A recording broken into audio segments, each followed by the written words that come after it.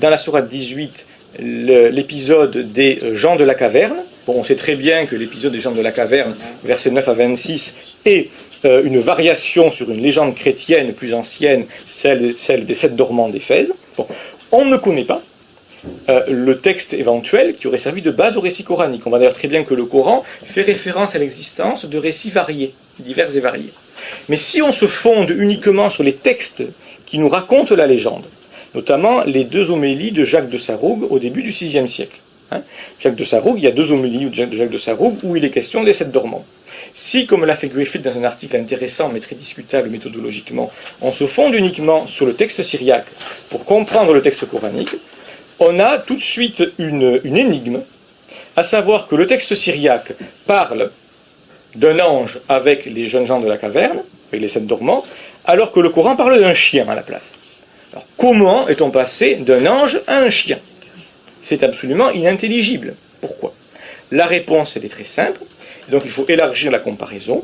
C'est que on le sait notamment grâce au guide de pèlerinage de Théodosius, contemporain de Jacques de Sarroug, pour le texte lui-même, qui raconte la légende, dans un texte latin, et qui dit, lui, que les jeunes gens avaient un chien avec eux, un chien qui s'appelait Viricanus. Bon. Qu'est-ce qui s'est passé?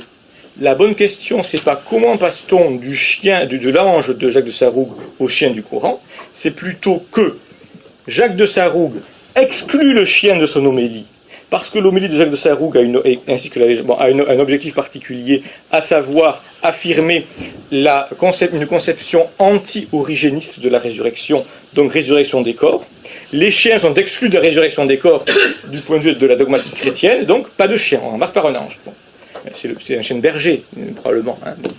Le Coran, lui, est moins tatillon sur cette question-là. Il est moins préoccupé, peut-être, moins directement préoccupé par la question de la résurrection des corps. Il est moins tatillon. Il est plus proche, on va dire, des récits populaires. Donc il conserve le chien, qu'il décrit pattes étendues, donc en train de dormir, lui aussi, avec les 7 dormants.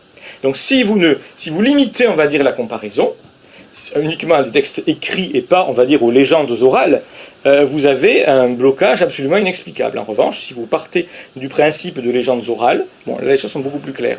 Dans le cas précis, par contre, la nature même du texte que nous avons en syriaque nous montre qu'on n'a pas affaire à une légende orale qui aurait été mise par écrit dans une homélie, mais à un texte politique, on va dire, dans un ordre précis. Et c'est ce texte-là qui est à la source, effectivement, de la péricope coranique.